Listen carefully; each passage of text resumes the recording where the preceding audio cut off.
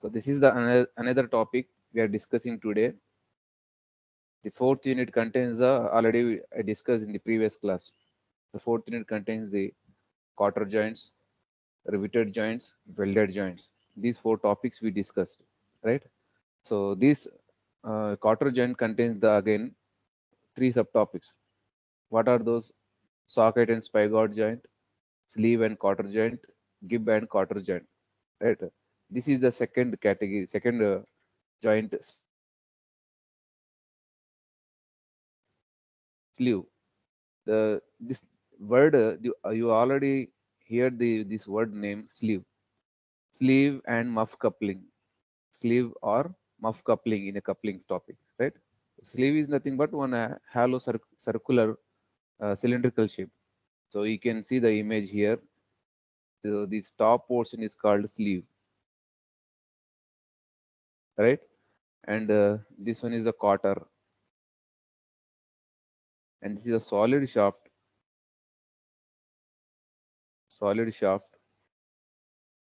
and so the purpose of this sleeve and Cotter joint is same purpose.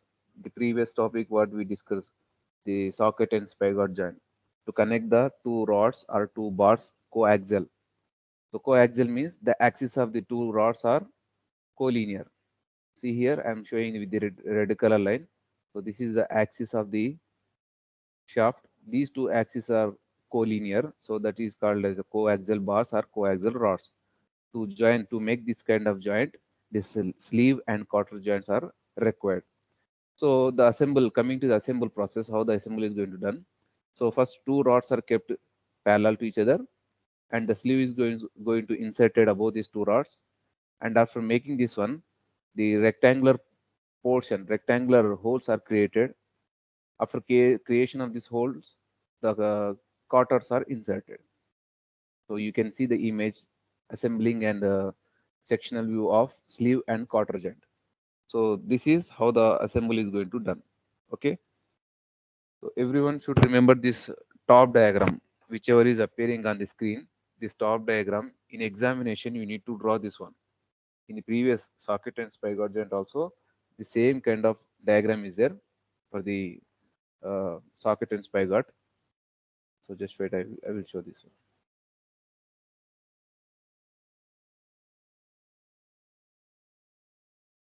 So this diagram you need to remember for the socket and spigot Cotter joint. This one you need to draw in examination. Otherwise, you won't get the full marks, right? So this is the diagram you need to remember. No need to draw this one. For your understanding purpose, I have shown on the screen this one, right? Now here also we are designing. Designing is nothing but already I said calculation the physical parameters, that parameters sustain the applied load. So here the load is applying. See, you can see here the load is applying in tensile manner. So because of this application of load, the object, this sleeve and Cotter joint is going to subject it to some failures. So designing, I'm here that what I'm doing here, designing the sleeve and Cotter joint. Designing is nothing but failure modes of the sleeve and Cotter joint. It means first I have to estimate the in how many ways this object is going to fail. Based on that, I'm going to calculate in the physical parameters. Only that this is the intention here, right? So before calculating this, physical parameter, some relations are there. That relations is outside diameter of the sleeve. Empirical relations I'm writing outside diameter of the sleeve. So this is already I have shown the what is the name of the parts. The yellow colored portion is known as a sleeve. These are the Cotters. These two are the Cotters. This is a solid diameter, right? So the proportions are outside diameter of the sleeve. Outside diameter of the sleeve is nothing but this is the outside diameter. So this is referred as a outside diameter. It is denoted by small d1. it's empirical relation 2.5 into d, where d is the diameter of the solid shaft. You can see here, or so diameter of the solid rod, right? And the diameter of the enlarged end of rod, diameter of the enlarged end of the rod, or inside diameter of the sleeve. So this one. So D2 means this is the one. D2. Okay, diameter of the enlarged rod or inside diameter of the sleeve, right? That is D2. Its relation is 1.25 into D, where D is the diameter of the solid rod. Length of the sleeve. Length of the sleeve is denoted by small capital L, 8 into D. And thickness of the cotter. Thickness of the cotter. How much it is having the thickness? It is denoted by small t, small t. So you can see from the side view, small t. So that is t equal d2 by d.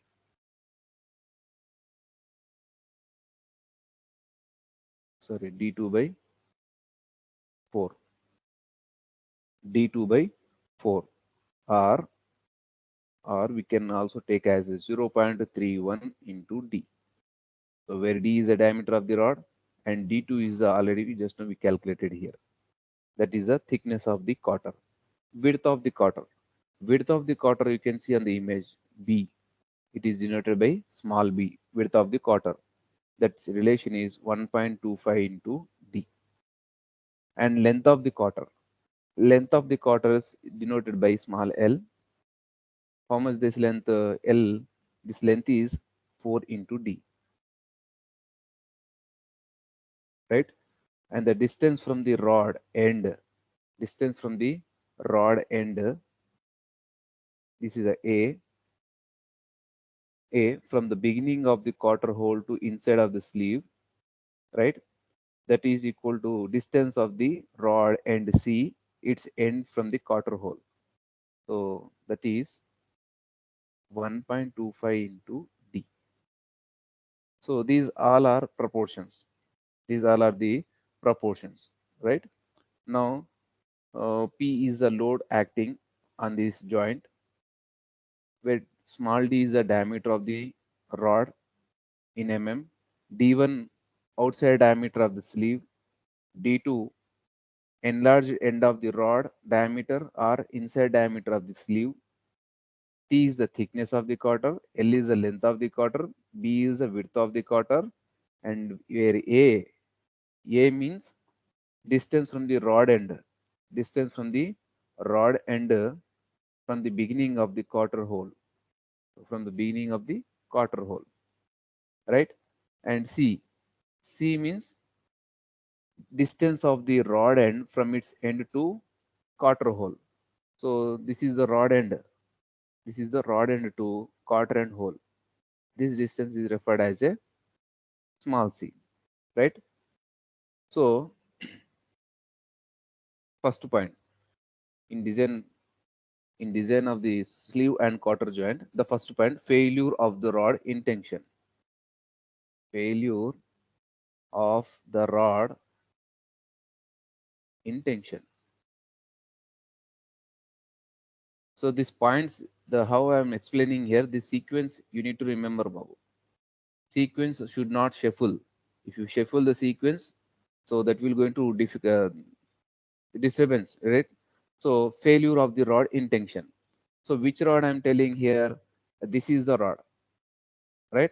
This rod I'm discussing. Failure in tension. Why the failure in tension? The title I written, failure of the rods in tension. So why happening the failure in tension? Because we are applying the load P. So because of this application, there may be failure in the rods, right? So this failure, how it look like the failure? I'm drawing C. I'm drawing. It is a circular. It is a circular rod. So that's the reason circular cross section will going to generate. How much diameter this diameter is having D. The area failure area is pi by 4 into D square. So failure area always we need to show with the hashed lines. In examination also you need to show with the hashed lines, right? This is the failure area. So failure of the rod in tension. So in tension, the title in tensioning is there. So that's the reason there will be induced tensile stress, sigma T. So what is the basic equation for the stress? Stress is load by area. So because I am writing the sigma T here, so that reason here I am writing the Ft. So Ft equal sigma T into A, where A is the failure area. So what is the failure area here? Pi by 4 into d square. So F suffix T equals sigma T into pi by 4 into d square. So this is the tearing resistance or tensile resistance of the rod. This equation name. Okay. So with this equation here, D is going to determine. D is going to determine. The value is in mm. In examination, you have to write the title failure of the rod in tension. So after writing this title, immediate right side of this title, this failure surfaces you need to draw. This point you need remember this one, right? So this is the first point.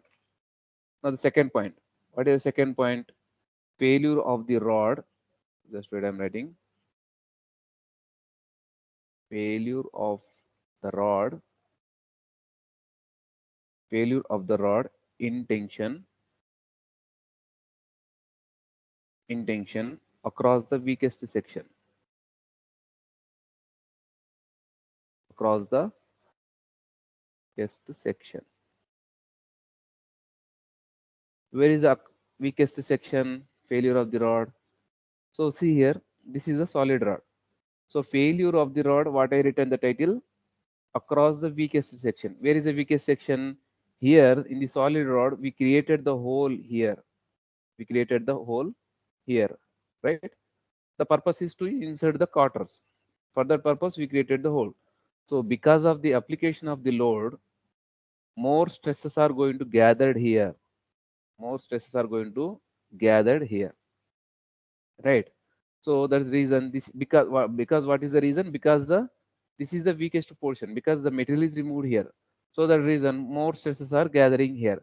So the reason here the stresses are going to generated. Now the finally the object is going to fails here, right? So after failure, how it look like? That shape you need to draw. So I'm drawing that shape. So this is the rod, right? And this is a slot we created for the accommodation of the cotter, right? And this is the cross-sectional area. The hashed portion I'm drawing here, this is the cross-sectional area. Now, how much this gap? This gap is the thickness of the cotter, right? And now what is this diameter? This diameter is the D2. This diameter is the D2. D2 is nothing but inside diameter of the sleeve or extended diameter of the rod, right? So this is the failure we can find after failure. This is the image.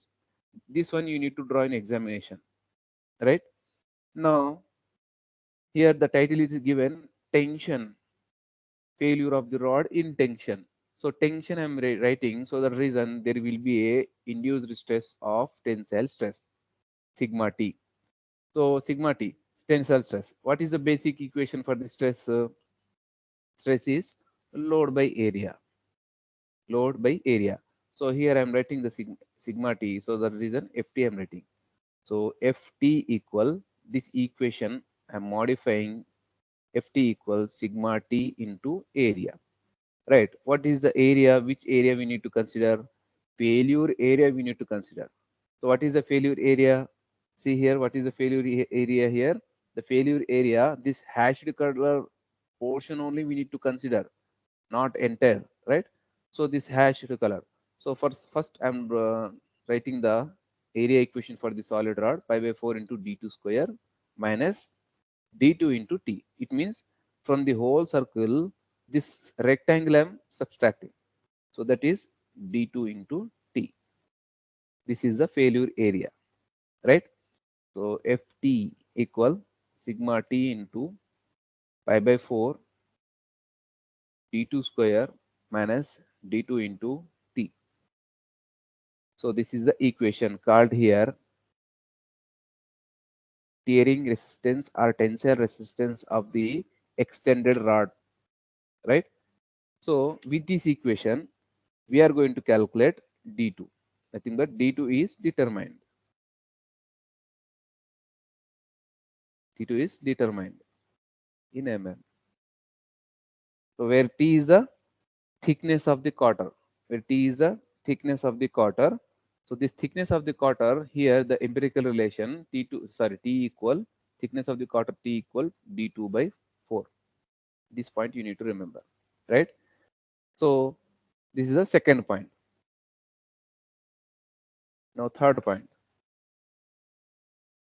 Third point, failure of the rod. Failure of the rod. Failure of the rod or cotter in crushing.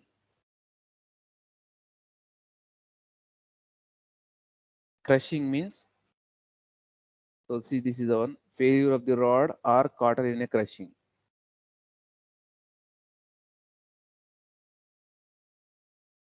So just wait. So see here, because of the application of this load, so this rod wants to come outside, but because the presence of this cotter, hello, hello. So because of this presence of this cotter, the whenever the rod moving outside, so this walls of this solid rod is going to hit this surface, and the cotter walls are going to hit in this surface. So only where the cotter and solid rod taking place, touching to each other, at that particular region only the crushing is going to generate. So here I am drawing the top figure. Here in this region only the crushing is going to take place. That crushed portion I am drawing here. The crushed portion is the going to take place in this slot where we created for the accommodation of the this cotter, right? So this particular hashed portion only we need to consider for design purpose, right? So failure of the rod or cotter in a crushing. So crushing, I written here title crushing. So that's the reason there will be a crushed stress induced. Sigma C equal basic equation again, stress equation, force by area. So because I am writing C here, here also I am writing C. With this equation, I am writing Fc equal sigma C into area, right? So what is the area? Failure area only we need to consider. Failure area. What is the failure area here? This is the diameter of the extended rod D2 and this slot thickness T, right? So what is the area? Area equal D2 into T. So that one I am writing here D2 into T. So Fc equal sigma C into D2 into T. Here this equation is called crushing resistance of the extended rod or cotter, right? With this equation, sigma C is going to calculated. Sigma C is determined and checking here. What is checking? The checking is, this is the sigma C called here induced crushing stress. Induced crushing stress that is always less than the permissible crushing stress. This condition we are checking here. If our answer, this is the our answer, induced crushing stress getting less than the permissible value, then the design what we calculated before D2, that is under safe condition. That comment we need to write if it is a numerical, right? This is the third point. Now fourth point. Fourth point, failure of the sleeve. Failure of sleeve. Sleeve. Failure of sleeve in tension across the slot or weakest portion.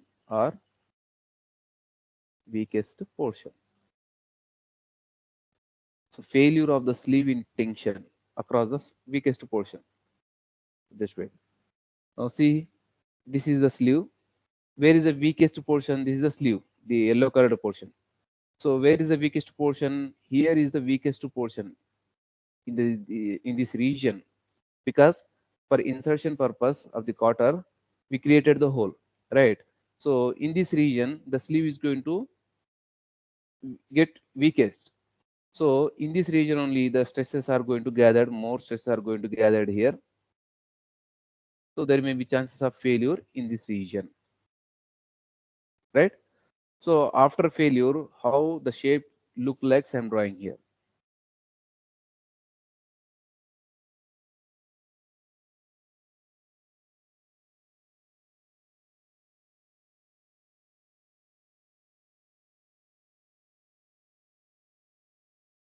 So in this, like this, this is the shape will going to generate. Here I am unable to draw properly. Okay. So the outside diameter is called D1, D1, and the inside diameter is called D2, D2, and this thickness is called T, right? So this is the failure area, the hashed color portion. Failure of the sleeve in tension across the slot or weakest portion. So here tension I written here. So that reason here tensile stress is induced, right? The basic equation, stress equation, load by area. Because I written T, here also I am writing T, F suffix T equal sigma T into A. So A means what here? The A is called here failure area. So failure area, what is the failure area? From this figure, by seeing this figure I'm writing, failure area only this hashed color portion only I need to consider, not all entire thing, right? Pi by 4 into d1 square minus d2 square. This is the equation for the hollow circular portion. From this hollow circular portion, again I have to subtract with these two rectangle portions. So that reason minus d1 minus d2, d1 minus d2 into t. And what I'm doing, from this hollow circular portion, these two rectangle boxes I'm subtracting. So this two rectangular portion equation is d1 minus d2 into t, right?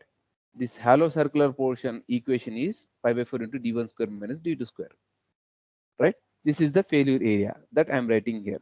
F suffix t equal sigma t into pi by 4 into d1 square minus d2 square minus d1 minus d2 into t, right? So this is the equation we called here tensile resistance of the sleeve, right? So with this equation, d1 is determined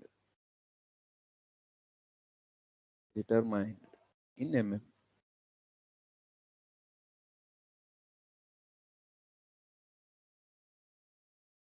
right? So this is the fourth point. Now fifth point. Fifth point, failure of the cotter in shear. Failure of cotter in shear. So here, this for this also same images you need to draw. Just wait, I'm showing. It's already we drawn in the previous case. Now this is the C. Otherwise, just I will take this one.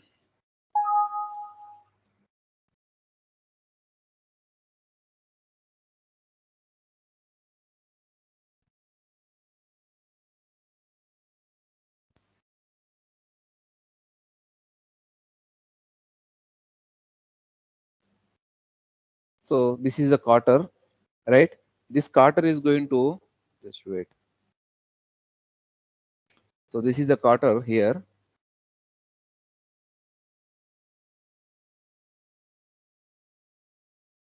Cotter, because of the pulling this rod to outside, this middle portion of the Cotter is going to coming outside in this direction. The top and bottom is going to come in this direction, right? So the reason this kind of failure you can find here, the second image, this kind of failure you can find. The middle one is coming outside along with the rod. The top one and bottom one come along with the sleeve portion, right? So this hatched color portion separately I am drawing on the third image. In examination, this third image you need to draw, right? So now see shear. What is the title here? Shear. Failure of the Cotter in a shear. So shear I'm writing here. So that's the reason shear stress is induced. Okay. So shear stress equal general equation, that is force by area. Because I'm writing the Fs here, so S is I'm writing. So the reason Fs I'm writing. Fs equal sigma s into area, right? So what is the area? The area called here shear failure area. Shear failure area. So what is the shear failure area? This is the thickness Cotter and this is the width of the Cotter, B into T. Area is B into T. Now see here, how many failure surfaces are appearing here? At the top one, at the bottom one. Total two surfaces, failure surfaces are appearing. So that's the reason 2 I'm multiplying. So Fs equal sigma s into 2 into B into T. So this is the equation called here shear resistance for the Cotter. Shear resistance for the Cotter. Okay. With this equation, we are going to calculate here width. The width of the Cotter is going to calculate it here. So B is determined in mm.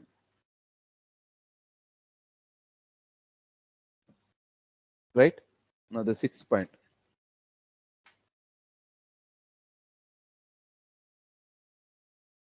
Failure of the rod end in a shear. Sixth point. Failure of rod end in shear. So rod end means what? Just wait, I will show. So this is the rod end. Failure of the rod end in a shear. Okay. So because Cotter is strengthened here, so while pulling this one, there may be failure is going to take place here. Okay. So that failure I'm drawing here. Failure of the rod end in a shear. So rod end I'm drawing.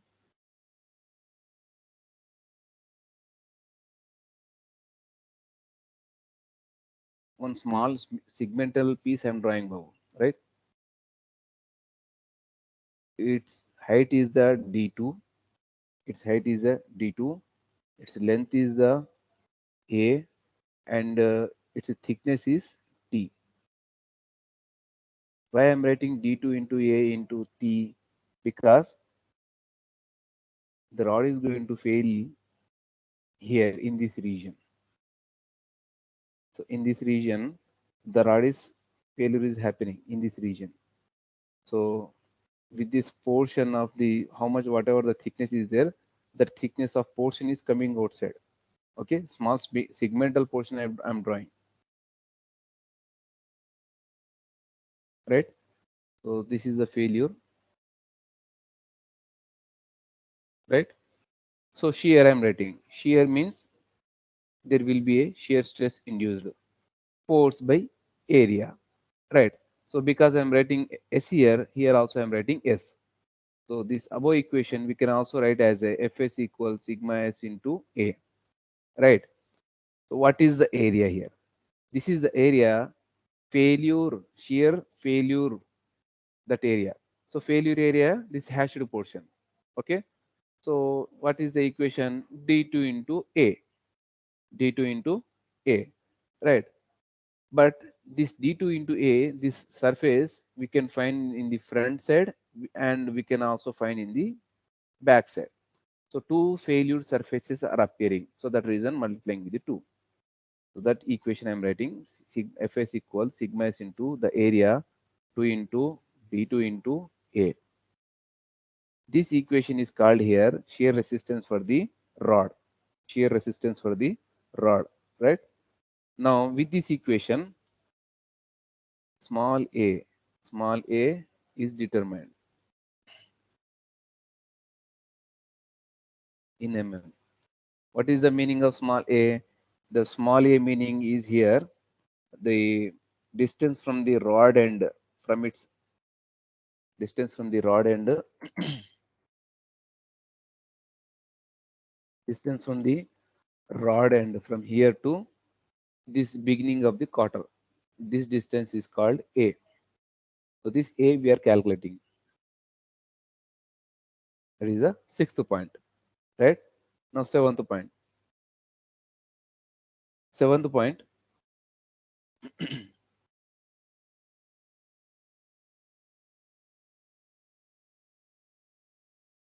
Failure of the sleeve in a shear. Sleeve in shear. So failure of the sleeve in a shear, the diagram I'm drawing.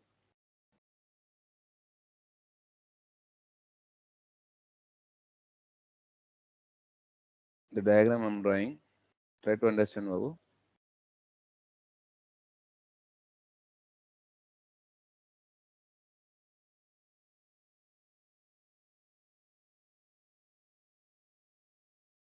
Right? So in this manner, the sleeve is going to fail, and this outside diameter is called D1. This inside diameter is called D2, and this length is called C, small c. Right? Now shear failure is happening here. That is shear stress equal load by area. So because I'm writing the S here also I'm writing the S. Fs equal sigma s into area. This above equation just converting in this manner. What is A? The A is called here shear failure area, right? What is the shear failure area? This area we need to consider. This area we need to consider. So this area is pi by 4 into this area. Sorry, this area is these two rectangles are appearing. So that reason 2, right? And the a thickness, this width value. Actually, rectangle. What is a b into t, right? Width into thickness. Sorry, width into b into d. This is the basic equation. So I don't know this one. I know this one. C value I know. So C I don't know this one. So to get this value, d1 minus d2. So that is 2 into d1 minus d2. So why I am writing two surfaces are appearing here, right? So 2 into d1 minus d2 into C. So Fs equal sigma s into d1 minus d2 into C. This equation called here shear resistance for the sleeve, right? Now here C is determined. C is determined in mm. C is determined in mm. Okay. So these are the points are comes under the sleeve, design of sleeve and Cotter joint, right? So you people note down this problem, solve the same. This is the problem related to sleeve and Cotter joint. Solve this problem by using above relations. Okay. So just wait.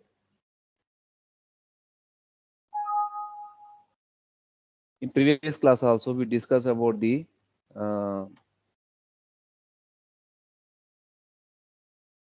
socket and spigot joint, right? Wow.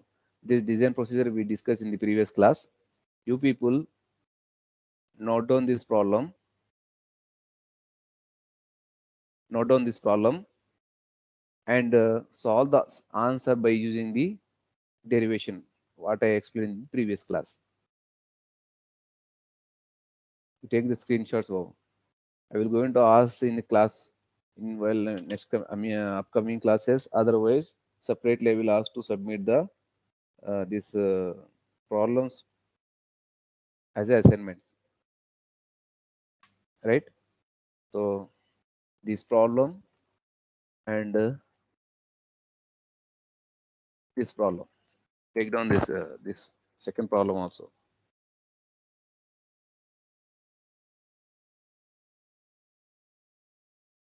Okay. Now this is the third one. Gibb and Cotter joint.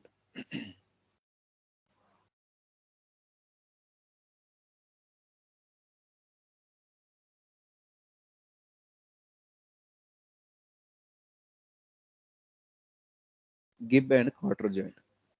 This has also same purpose to joining the two rods, right? But especially if coming to this Gibb and Cotter joint used in the connecting of the strap end of the connecting rods um, and other purposes, special purposes, right? So here in this Gibb and Cotter joints, two topics are there. Design of Gibb and Cotter joint for strap end of the connecting rod. Another one is there that is for the square rod, right?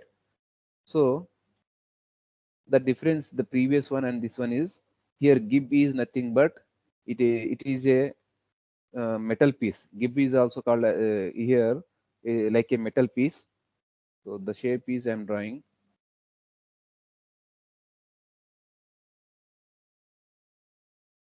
This is the shape of Gibb having the same thickness of the Cotter, having the same thickness of the Cotter. The thickness is T, having the width somewhat width like a Cotter. This is called B, right? This is going to inserted here. You can see here this hashed colored portion. So this that one is called a Gibb, right?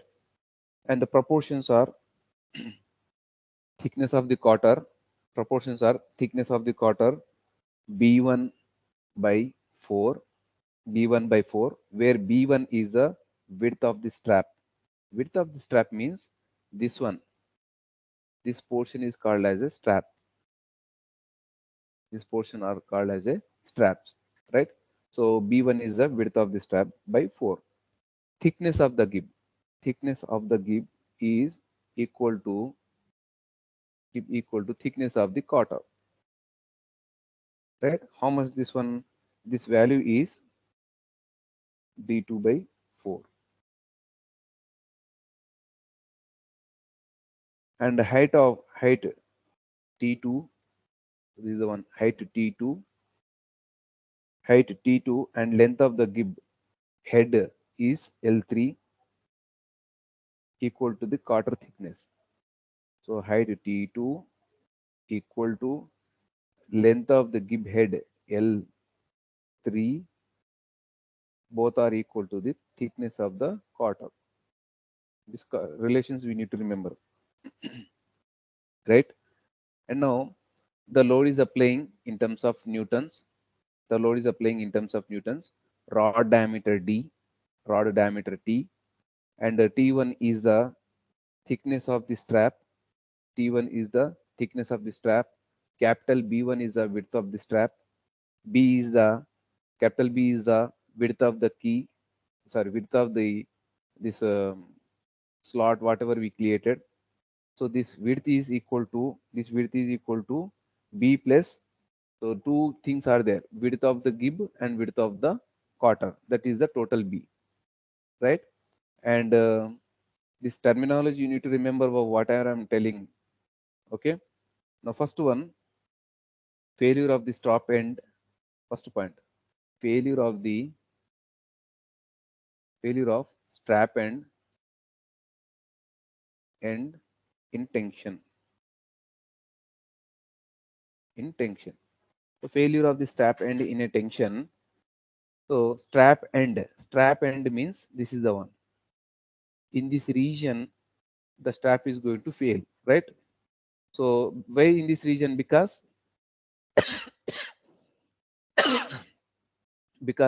here the slot is created to insertion of the Gibb and Cotter, right? So how it took likes I'm drawing, see here, trap will be appear from the front side like a rectangle.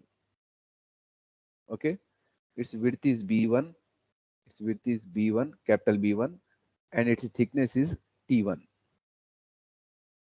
right?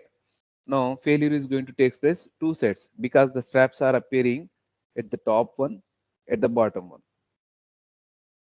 The area is 2 into b1 into t1, 2 into b1 into t1.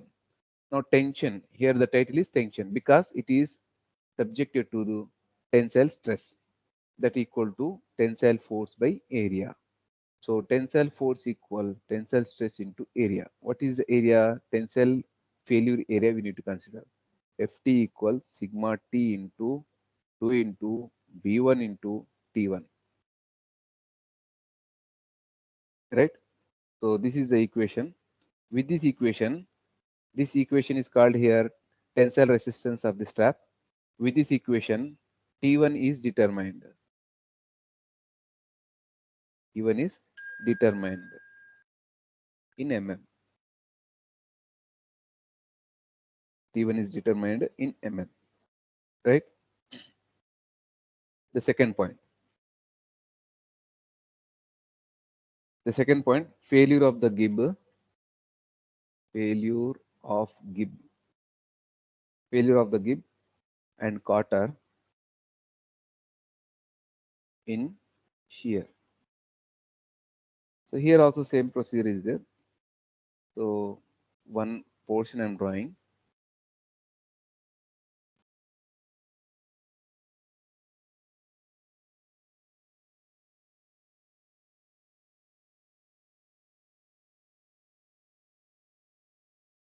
One portion I'm drawing.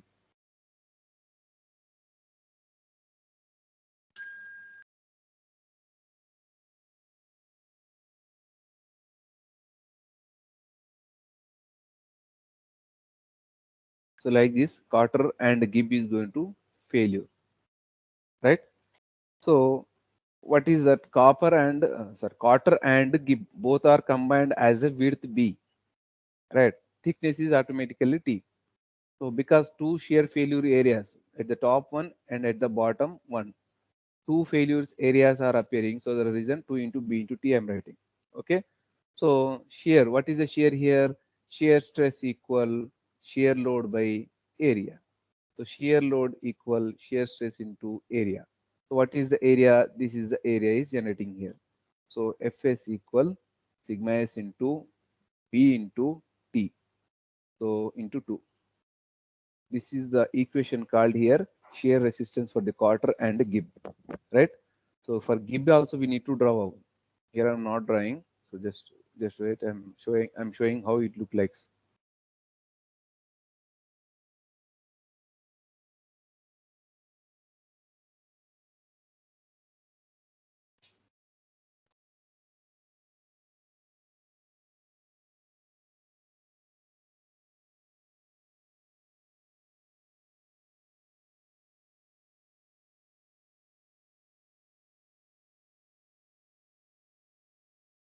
So this is the Gibb and this is the Cotter. The Cotter, right? So here also two surfaces are appearing. So the reason two, this width and this width both combined together called capital B, and the width is for the both T. So that this is the diagram you need to construct in examination, right? So if you not draw this diagram, you will going to lose the marks out, right?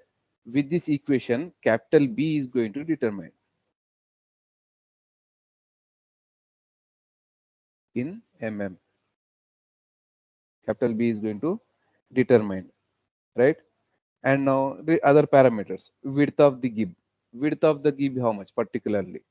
Width of the Gibb is denoted by small b1 equal 0.55 into capital B, right? And width of the Cotter, separately width of the Cotter B 0.45 into capital B. Thickness of the strap at the crown, thickness of the strap at the crown, that is T4, that equal to 1.15 into T1 to 1.5 T1, and the other one, length of the key, not key, sorry, length of the Cotter L equal 2 into T1, and L2 2.5 into T1. What is L2 here? The L2 is, this is the distance L2. So this is the design procedure for the design of Gibb and Cotter joint for strap end of the connecting rod, right? And the next one, design of Gibb and Cotter joint for square end.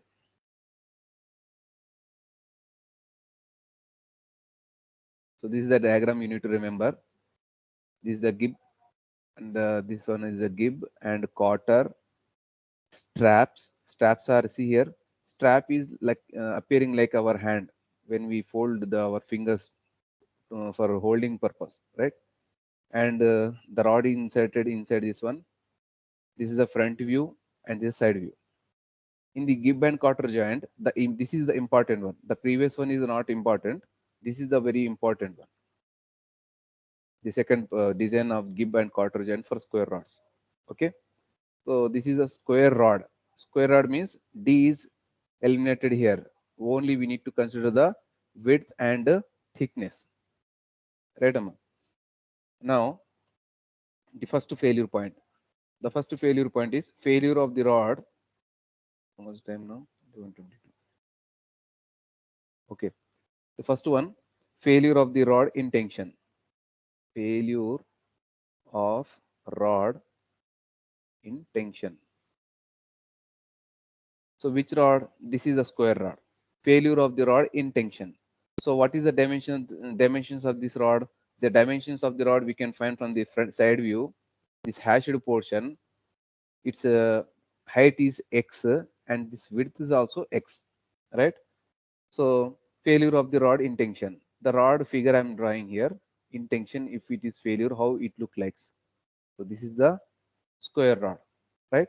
So square means both dimensions are equal, x into x, right?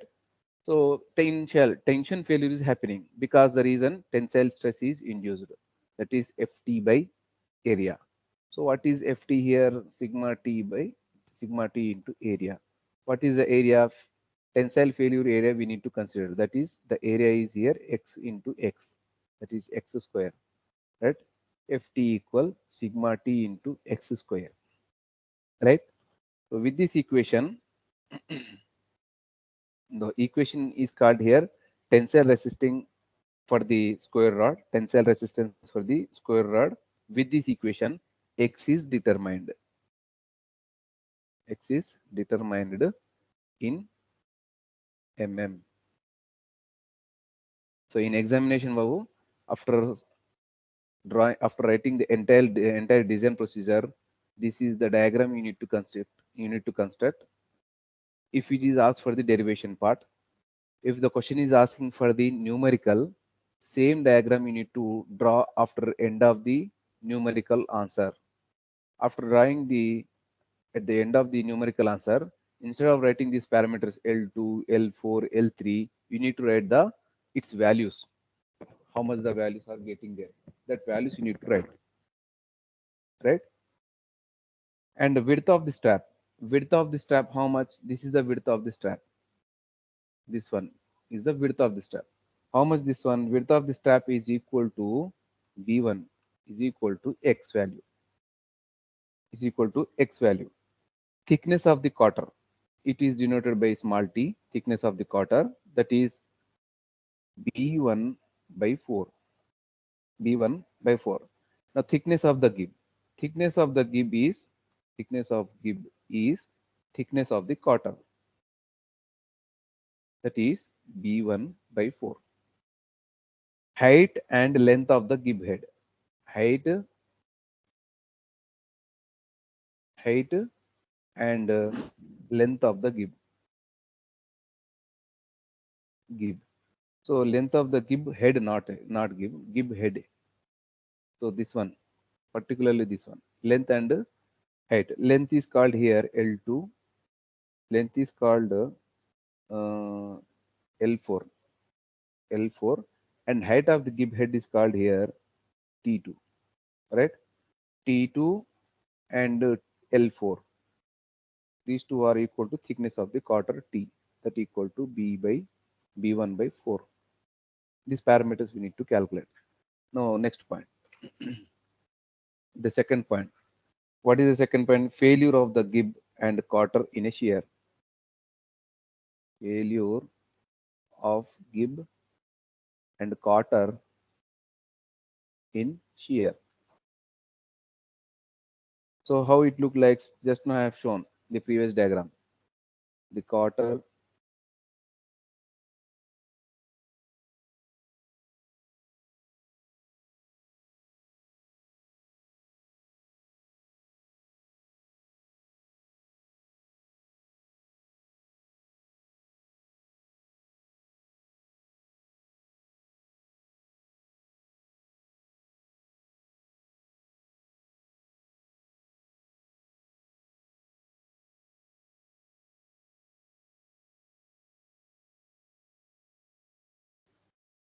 right? So this is the part Gibb, how the diagram after failure that I am drawing. Okay. The next Cotter.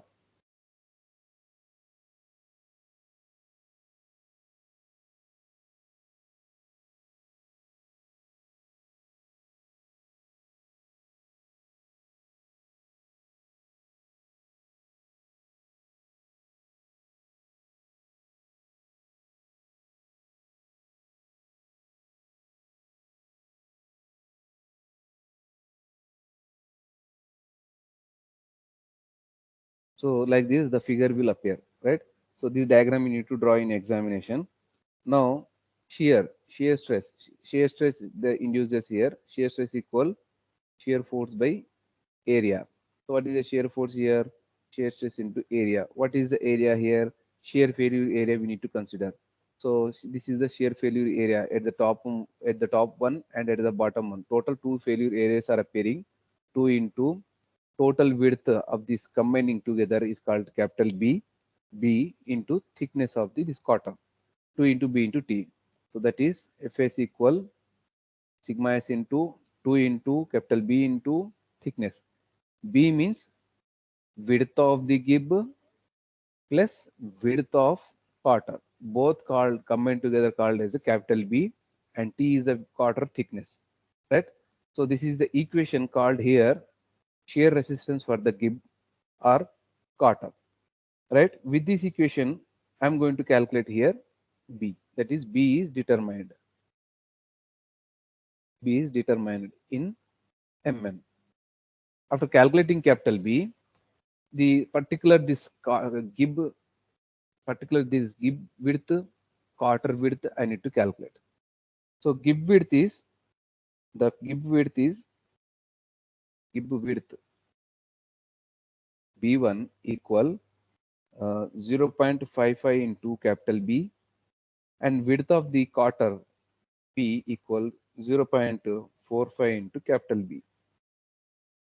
Right? If in case of two Gibbs are using here, I drawn with the only single Gibb. If we use the double Gibbs are using, then width of the Gibb, width of each Gibb, when this is the two Gibbs are using, this is for the single Gibb, right?